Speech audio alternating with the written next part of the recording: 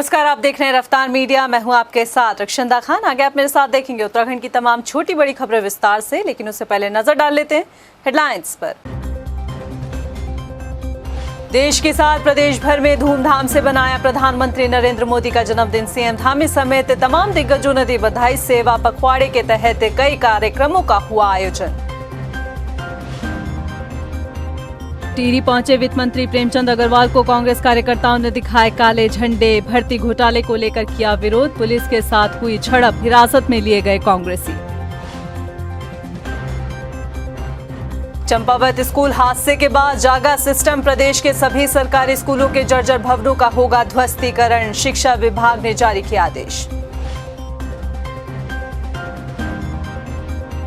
Smart city project के कामों में तेजी की उम्मीद। सीएम धामी के आदेश के बाद नए विभागों और कंपनियों को सौंपा स्मार्ट सिटी का काम, लेकिन बदहाल सड़कों से लोग परेशान। और उत्तराखंड में बारिश ने बढ़ाई दुश्वारियां। नैनीताल जिले में 3 राजमार्ग सहित 20 सड़कें बंद, तो जलस्तर बढ़ने से बनबसा शारदा बैराज पर रेड अलर्ट। हेडलाइंस के बाद बुलेटिन में खबरें विस्तार से। बात सबसे पहले करेंगे प्रधानमंत्री नरेंद्र मोदी की। प्रधानमंत्री नरेंद्र मोदी के जन्मदिन पर मुख्यमंत्री पुष्कर सिंह धामी ने भी बधाई दी। सीएम ने कहा कि प्रधानमंत्री का जन्मदिन को सेवा पखवाड़े के रूप में मनाया जा रहा है, जहां सेवा भाव से कई कार्यक्रम किए जा रहे हैं। उन्होंने कहा कि स्वच्छ भारत मिशन के तहत स्वच्छता के तमाम काम किए जा रहे हैं। इसी कड़ी में सीएम धामी ने देहरादून में शहीद चित्रेश बिष्ट और विभूति डोंडियाल के घर पहुंचकर वहां पर शहीदों को नमन किया। बता दें कि शहीद चित्रेश बिष्ट और विभूति डोंडियाल को श्रद्धांजलि दी, साथ ही उनके परिजनों को सम्मानित भी किया और शहीदों के घर के बाहर सफाई अभियान में भी हिस्सा लिया। देखिए, मैं सबसे पहले तो माननीय प्रधानमंत्री जी को बहुत बधाई देता हूँ, शुभकामनाएं देता हूँ कि वो दीर्घायु हों, वो स्वस्थ रहें और लंबे समय तक उनका नेतृत्व हमको प्राप्त होता रहे, क्योंकि उनके नेतृत्व में जहां भारत का मान सम्मान और स्वाभिमान और पहचान पूरी दुनिया के अंदर बढ़ी है। आज भारत एक समरस भारत, एक समर्थ भारत और एक शक्तिशाली भारत के रूप में पूरे विश्व में जाना जा रहा है, विश्व में पहचान बन रही है। और उन्होंने जो एक भारत श्रेष्ठ भारत का जो संकल्प लिया है, वह भी बहुत तेज़ी से आगे बढ़ रहा है। वहीं प्रधानमंत्री नरेंद्र मोदी के जन्मदिन पर रक्तदान शिविर का भी आयोजन किया गया। भाजपा ने इस शिविर को रक्तदान अमृत महोत्सव का नाम दिया। रक्तदान शिविर का शुभारंभ सीएम पुष्कर सिंह धामी और स्वास्थ्य मंत्री धन सिंह रावत ने किया। लोगों ने बढ़ चढ़कर रक्तदान भी किया। बता दें कि प्रधानमंत्री नरेंद्र मोदी के जन्मदिन पर राज्य भर में सेवा पखवाड़े के तौर पर कार्यक्रम किए जा रहे हैं। राज्य में 2 अक्टूबर तक के लिए कई कार्यक्रम आयोजित हैं, जिसमें भाजपा कार्यकर्ता हिस्सा ले रहे हैं।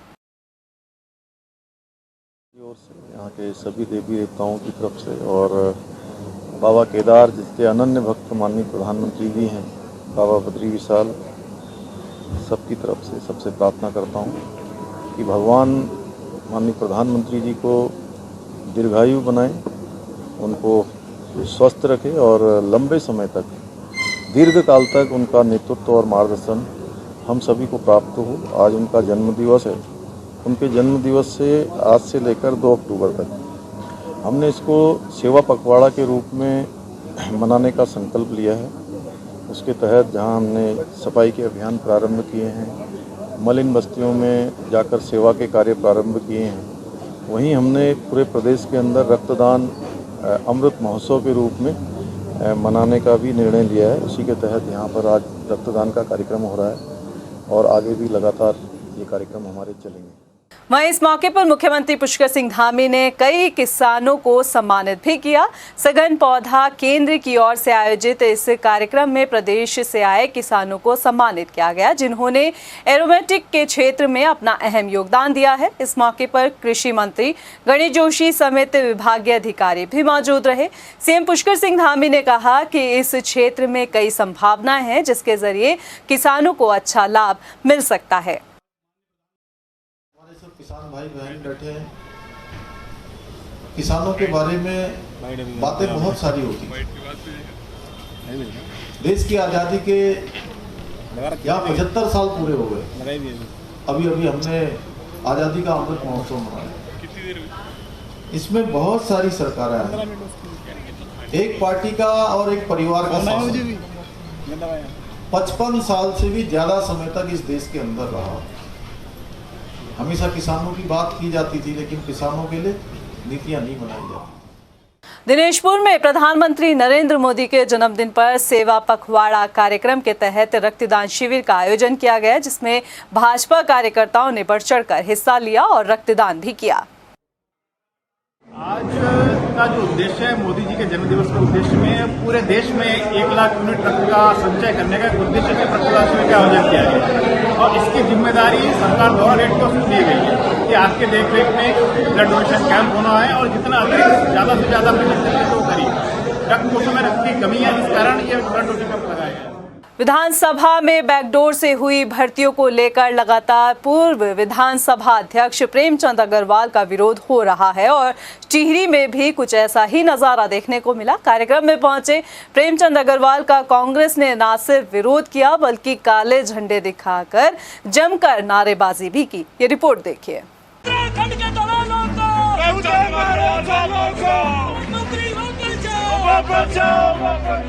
उत्तराखंड में भर्ती घोटाले को लेकर विपक्ष और प्रदेश का युवा लगातार विरोध कर रहा है और सीबीआई जांच की मांग उठ रही है। विधानसभा भर्ती घोटाले में जांच जरूर बैठा दी गई है, लेकिन पूर्व विधानसभा अध्यक्ष प्रेमचंद अग्रवाल के कार्यकाल में हुई बैकडोर से भर्तियों को लेकर लगातार सवाल अभी भी उठ रहे हैं।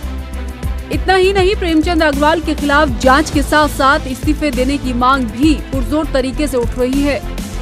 विपक्ष लगातार भर्ती घोटाले को लेकर सरकार पर हमलावर है।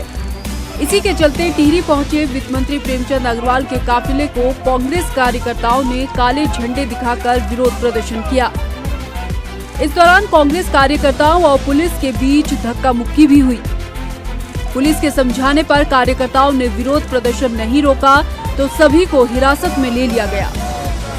दरअसल प्रधानमंत्री नरेंद्र मोदी के जन्मदिन के मौके पर कई कार्यक्रमों में प्रतिभाग लेने के लिए टिहरी पहुंचे प्रदेश के वित्त और शहरी विकास मंत्री प्रेमचंद अग्रवाल को कांग्रेस कार्यकर्ताओं का विरोध झेलना पड़ा।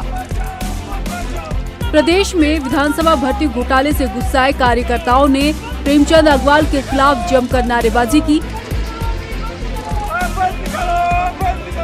इस दौरान पुलिस ने कांग्रेस कार्यकर्ताओं को हिरासत में लिया और थाने ले गए। बहरहाल विधानसभा बैकडोर से हुई नियुक्तियों को लेकर जांच चल रही है और इस बीच प्रेमचंद अग्रवाल की मुश्किलें फिलहाल थमने का नाम नहीं ले रही हैं।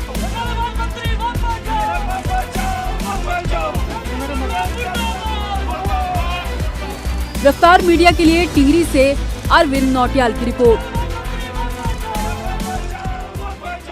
पूर्व सीएम त्रिवेंद्र सिंह रावत के गैरसैंण में सत्र कराए जाने वाले बयान पर कांग्रेस ने भी सहमति दिखाई है। आपको बता दें कि कांग्रेस प्रदेश अध्यक्ष करण महरा का कहना है कि राज्य का गठन पहाड़ों के विकास के लिए हुआ था।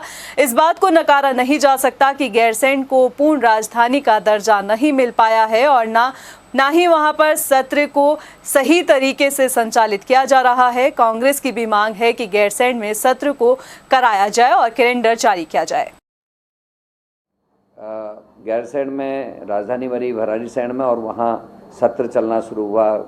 कांग्रेस ने उसमें बजट सत्र चलाया, टेंट पे चलाया, उसके बाद वहाँ इंफ्रास्ट्रक्चर थोड़ा बहुत डेवलप हुआ। लेकिन आज भी वहाँ स्थिति यह है कि वहाँ जो हमारे सुरक्षा कर्मी हैं उनके खड़े होने के लिए कोई शेड्स नहीं बने। भारी बारिश, तूफान और इतनी ठंड में उनको रहना पड़ता है, जो देख के खुद भी दुख होता है कि ये क्या हो रहा है। उन सारे चीज़ों की वहाँ व्यवस्था होनी चाहिए और जो नहीं हो पाई है। क्वार्टर्स बनने चाहिए। एमएलएस के लिए आपने कमरे बना दिए, लेकिन कर्मचारियों को बहुत दिक्कत है और लोगों को बहुत दिक्कत है। जो अधिकारी और कर्मचारी वहाँ रहेंगे उनके बच्चों के लिए अच्छे स्कूल्स वहाँ बनने चाहिए, केंद्रीय विद्यालय इत्यादि वहाँ खोले जाने चाहिए। तो वो पहला स्टेप था। लेकिन जब गैरसैंण में ग्रीष्मकालीन राजधानी बनी तो कम से कम ग्रीष्मकाल में सत्र वहाँ चलना चाहिए था। हाल ही में चंपावत जिले में स्कूल के शौचालय की छत गिरने से मासूम छात्र की मौत के बाद नींद से सोया सिस्टम अब जाग गया है। इस हादसे के बाद राज्य के सबसे बड़े शिक्षा महकमे ने फैसला लिया है कि प्रदेश के जर्जर स्कूलों को सुधारा जाएगा और इसके लिए विभाग की तरफ से आदेश भी जारी कर दिया गया है। लेकिन अभी भी हमारा सवाल यही है कि कुंभकर्णी नींद से जागा प्रशासन अगर पहले जाग जाता तो शायद मासूम इसकी भेंट नहीं चढ़ पाता। ये रिपोर्ट देखिए। हाल ही में चंपावत में स्कूल के शौचालय की छत गिरने के बाद मासूम की मौत से सिस्टम पर उठे सवालों को लेकर हमने आपको स्पेशल रिपोर्ट में दिखाया था कि कैसे सोया और स्याह हो चुका सिस्टम स्कूली बच्चों पर भारी पड़ रहा है। चलिए देर आए दुरुस्त आए। नींद से जागा सिस्टम इस हादसे के बाद से हरकत में आता दिखाई दे रहा है। असल में ये प्रदेश का दुर्भाग्य है कि यहाँ कई ऐसे जर्जर स्कूल हैं जिसमें बच्चों को आज की तारीख में तालीम दी जा रही है। अब इन जर्जर स्कूलों के भवनों को सुधारने और पूरी तरह से जर्जर भवनों के ध्वस्तीकरण के आदेश शिक्षा विभाग ने दिए हैं। शिक्षा महानिदेशक बंशीधर तिवारी ने चंपावत हादसे पर दुख जताते हुए कहा कि ऐसे जर्जर स्कूल भवनों को लेकर कदम उठाया गया है। निश्चित रूप से बेहद दुखद घटना है और चूंकि वो ऐसा निष्प्रयोज्य था जिसको उपयोग में नहीं लाया जा रहा था, क्योंकि नया शौचालय बन गया था, उसमें भी आधा क्षतिग्रस्त था, तो उसको पूरा गिरा देना चाहिए था। इसलिए ये दुर्घटना हुई, जो भी है वो बेहद दुखद घटना है। तो हम लोगों ने कल भी वीसी किया था, इसमें आज भी उसमें मीटिंग किया था। तो जो निष्प्रयोज भवन है जिसके बदले नई बिल्डिंग बन गई है और पुराने भवन जो उपयोग में नहीं आ रहे हैं, उनको हम लोगों ने कहा है कि जो आपदा प्रबंधन एक्ट है उसके तहत उसमें ध्वस्तीकरण की कार्रवाई करें। इसके अलावा जो ऐसी बिल्डिंग्स हैं जो थोड़ा बहुत हमारी रिपेयरिंग के लायक हैं, उनके लिए भी हमने कल जिला पंचायत राज अधिकारियों की बैठक की थी। उसमें जो हमारा 15वें वित्त आयोग का है उससे भी खर्च कर सकते हैं, समग्र का बजट है उससे भी कर सकते हैं। इसके अलावा जिला योजना खनन न्यास उससे भी बजट लेकर के उसको ठीक करने के लिए हम लोगों ने एक अभियान चला रखा है और उसको तत्काल ठीक करें। ऐसा नहीं है कि जर्जर हुए इन स्कूलों को सुधारने और संवारने के लिए बजट की कमी हो। ये हम नहीं बल्कि शिक्षा महानिदेशक बंशीधर तिवारी कह रहे हैं। वो इस बात को मान रहे हैं कि स्कूलों की हालत सुधारने के लिए बजट की कोई कमी नहीं है। तो सवाल ये है कि जब बजट भरपूर है तो आज तक जर्जर स्कूल भवनों के लिए प्रभावी कदम क्यों नहीं उठाए गए। निश्चित रूप से देखिए, बजट की उसमें दिक्कत नहीं है और हमारे माननीय मंत्री जी ने अभी कुछ दिनों पूर्व हर जिले के लिए अलग अलग कार्यदायी संस्था नामित कर दिया है। उसमें कहीं सिंचाई है, कहीं लोग हमारा जो ग्राम विकास विभाग की RWD है वो है, कहीं पर हमने मंडी को ही बनाया है। तो अलग अलग संस्थाएं अलग अलग जिलों के लिए काम कर रही हैं। तो शीघ्र ही हम लोग उसको ठीक करेंगे। बजट की कहीं कोई दिक्कत नहीं है। अभी इस वर्ष भी समग्र हमारे 133 नए विद्यालय स्वीकृत हुए हैं, नाबार्ड से भी कुछ नए स्वीकृत हुए हैं। तो नए भी बनाएंगे, पुरानी जो है उनको ध्वस्त करेंगे। अगर कहीं दरार है या क्रैक्स है तो उनको भी ठीक करेंगे। बड़ी हैरान और परेशान करने वाली बात है कि शिक्षा विभाग के पास भरपूर बजट होने के बावजूद भी विभाग खामोश बैठा रहा। आखिर क्यों? क्या सिस्टम को इस बात का जवाब नहीं देना चाहिए कि ऐसी भी क्या मजबूरी है कि मासूमों की जान के साथ खिलवाड़ हो रहा है? और अब जब चंपावत हादसे में एक मासूम सिस्टम की भेंट चढ़ गया तो महकमा जर्जर स्कूलों की दशा सुधारने का दावा कर रहा है। ऐसे में क्या मौजूदा वक्त में हो रहे दावे धरातल पर पूरे होंगे, ये एक बड़ा सवाल है। रफ्तार मीडिया के लिए देहरादून से मनीष डंगवाल की रिपोर्ट। लोकसभा चुनाव में अभी वक्त है, लेकिन तैयारियों को अमली जामा पहनाने में राजनीतिक पार्टियां अभी से जुट गई है। उत्तराखंड की 5 लोकसभा सीट पर चुनाव लड़ने के लिए बीजेपी चाहे कांग्रेस हो, दोनों एक कदम आगे चल रहे हैं। बात अगर हम कांग्रेस की करें तो कांग्रेस के लिए चुनाव की ये डगर किसी चुनौती से कम नहीं है। सवाल ये है कि कांग्रेस लोकसभा चुनाव में युवाओं को मौका देगी या फिर अनुभव एक बार फिर बाजी मारेगा। ये रिपोर्ट देखिए। 2024 का लोकसभा चुनाव जिसे आने में अभी काफी समय है, मगर लोकसभा चुनाव में जीत के लिए राजनीतिक दलों की तैयारियां अभी से शुरू हो चुकी है। राज्य की राजनीति में मजबूत पैठ रखने वाले दल कांग्रेस हो या फिर भाजपा, दोनों अंदर खाने हुक्मरानों के साथ आम चुनाव को लेकर चर्चा कर रहे हैं। साल 2019 में भाजपा से कड़ी शिकस्त खाने के बाद कांग्रेस के पास एक मौका साल 2022 का विधानसभा चुनाव जीतने का था, मगर भाजपा ने कांग्रेस को जीत का मौका ही नहीं दिया और साल 2017 की जीत को भाजपा ने साल 2022 के विधानसभा चुनाव में भी कायम रखा। मौजूदा समय में कांग्रेस के पास लोकसभा चुनाव को जीतना हार की कलंक को धोने जैसा है, मगर सवाल है कि कांग्रेस किसके भरोसे लोकसभा के रण में उतरे। राज्य में कांग्रेस की मौजूदा स्थिति से हाईकमान भी वाकिफ है और यही वजह है कि केंद्र में कांग्रेस युवा नेताओं को आगे बढ़ाने की बात करती है। लेकिन राज्य के सियासी समीकरण में अनुभव को भी नकारा नहीं जा सकता। और जब अनुभव की बात आए तो हरदा का नाम सबसे पहले पायदान पर नजर आता है। पहाड़ से लेकर मैदान तक हरदा की सक्रियता का तोड़ कांग्रेस के पास नहीं है। राज्य में हरीश रावत की लोकप्रियता किसी अभिनेता से कम नहीं है। सोशल मीडिया प्लेटफॉर्म पर हरदा की फैन फॉलोइंग किसी स्टार से कम नहीं है। फेसबुक की बात करें तो फेसबुक में 20 लाख तो ट्विटर पर 3.5 लाख से ज्यादा लोग हरदा को फॉलो करते हैं। हरीश रावत किसी भी विषय पर बोलने के लिए युवा नेताओं को अपनी ढलती उम्र में भी पीछे छोड़ते हैं। हाँ, ये भी नकारा नहीं जा सकता कि हरीश रावत लगातार चुनाव हारे हैं, लेकिन चुनाव में मुंह की खाने के बाद भी हरदा का मनोबल कम नहीं आंका जा सकता। गुटों में बटी कांग्रेस और पार्टी की अंदरूनी कलह किसी से छिपी नहीं है। लोकसभा चुनाव के लिए कांग्रेस से 2 कदम आगे चल रही बीजेपी जहां लोकसभा चुनाव की रणनीतियों में अभी से जुट गई है, तो वहीं कांग्रेस ने अब तक अपनी कार्यकारिणी का ऐलान तक नहीं किया है। ऐसे में लोकसभा चुनाव में कौन किस पर भारी पड़ेगा और कौन किसको मात देगा, ये देखना दिलचस्प होगा। यहाँ हम रुकते हैं छोटे से ब्रेक के लिए, जल्द हाजिर होंगे कुछ और खबरों के साथ।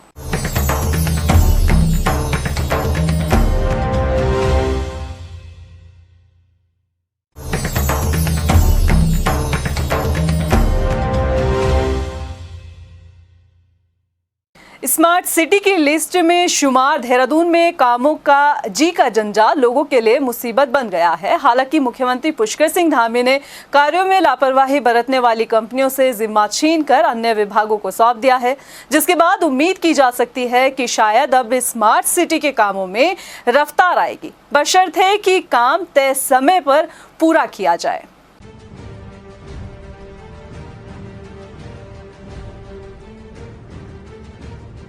राजधानी देहरादून को स्मार्ट सिटी बनाने के चक्कर में राजधानी की सूरत पर ऐसा दाग लगा कि जगह जगह सिर्फ गड्ढों से पटी सड़कों में भरा पानी ही पानी यहाँ के सौंदर्य पर बट्टा लगाने के लिए काफी है। इससे पहले भी हम आपको अपनी स्पेशल रिपोर्ट में स्मार्ट सिटी के कामों में हो रही लेट लतीफी को दिखा चुके हैं, लेकिन इस बार मुख्यमंत्री पुष्कर सिंह धामी ने स्मार्ट सिटी से जुड़े प्रोजेक्ट के कामों में लापरवाही बरतने वाली कंपनियों के खिलाफ कड़ा एक्शन लिया है। लापरवाही बरतने वाली कंपनियों से कामों का जिम्मा छीनकर अन्य विभागों को सौंपा गया है।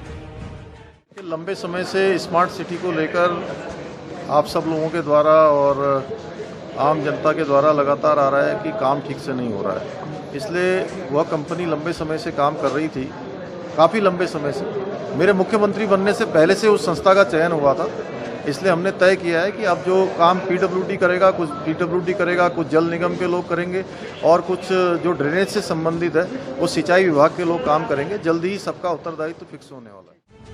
अब स्मार्ट सिटी के कामों में जिम्मेवारी ब्रिज एंड रूफ कंपनी से छीन ली गई है, तो स्मार्ट सिटी प्रोजेक्ट की सीईओ सोनिका का कहना है कि सड़कों के कामकाज पीडब्ल्यूडी विभाग को दिए गए हैं, जबकि अन्य कामों का बंटवारा भी जल्दी किया जाएगा।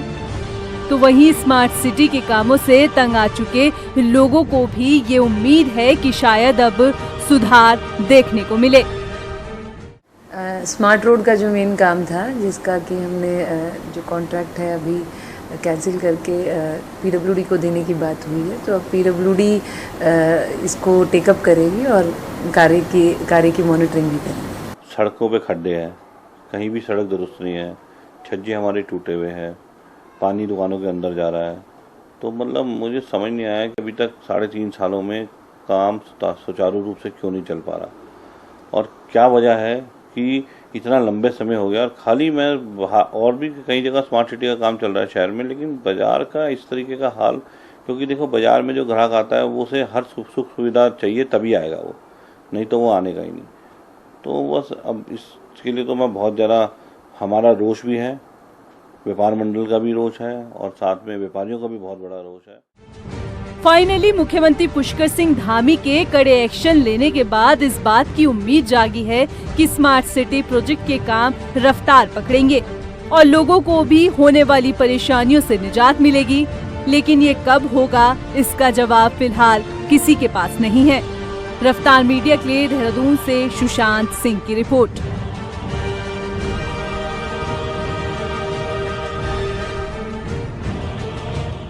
हल्द्वानी में पिछले 24 घंटे से लगातार मूसलाधार बरसात हो रही है। पूरे जिले में भारी बारिश की वजह से 3 राजमार्ग सहित 20 सड़कें बंद है। पुलिस और प्रशासन भारी बरसात के मद्देनजर पूरी तरह अलर्ट है। एसएसपी पंकज भट्ट ने सभी थाना चौकी प्रभारियों से लोगों को सतर्क रहने के लिए निर्देश दिए हैं। साथ ही एसएसपी का कहना है कि संवेदनशील थाने और चौकियों क्षेत्र में पुलिस ने अलग से एसडीआरएफ और क्विक रिस्पांस टीम की व्यवस्था की हुई है। में पूर्व की आपदाओं को ध्यान में रख के हमारे द्वारा जो प्लानिंग की गई है उसमें 3 थाने भवाली, मुक्तेश्वर और बेताल घाट में एक अतिरिक्त गाड़ी दी गई है। इसके अतिरिक्त भवाली में 1 प्लाटून पीएससी को रिजर्व में रखा गया है और काठगोदाम में हम लोगों ने पहले से ही सेंसिटिव जोन मानते हुए पहाड़ में मलबे की शिकायत और इसको ध्यान में रखते हुए काठगोदाम चौकी को सबसे ज़्यादा संवेदनशीलता पे रखा हुआ है। जैसे ही बारिश बढ़ती है, अनाउंस हम लोग लगातार कर रहे हैं, बारिश बढ़ते ही हम लोग वहां से डाइवर्जन प्लान लागू करें। चंपावत में हो रही लगातार बारिश के चलते सीमांत तराई क्षेत्र टनकपुर बनबसा से होकर बहने वाली शारदा नदी इस समय उफान पर आ रही है। शारदा बैराज से इस समय 1,56,000 क्यूसेक से ज्यादा पानी तराई क्षेत्र की ओर डिस्चार्ज किया जा रहा है। जल स्तर को देखते हुए शारदा बैराज प्रशासन ने बैराज के 18 गेट भी खोल दिए हैं। वहीं शारदा नदी के बड़े जल स्तर के चलते भारत नेपाल को जोड़ने वाला शारदा बैराज पुल पर रेड अलर्ट घोषित कर दिया है। हालात नॉर्मल होने तक आवाजाही भी बंद रहेगी।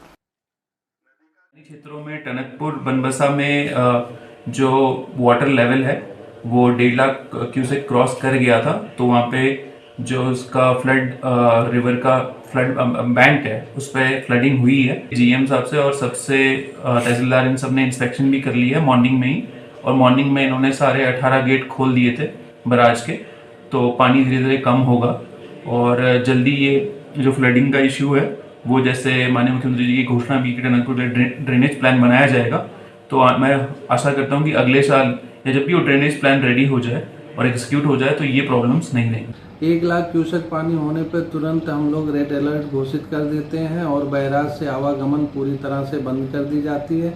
इसकी सूचना डाउन स्ट्रीम जिले जैसे पीलीभीत, लखीमपुर खीरी, बहराइच, गोंडा आदि के डीएम, एसपी और संबंधित अधिकारियों को सूचित कर दिया। नैनीताल जिले में भारी बारिश का कहर देखने को मिला है। बताया जा रहा है कि गर्म पानी के पास पहाड़ी दरकने की वजह से कार पर मलबा आ गया।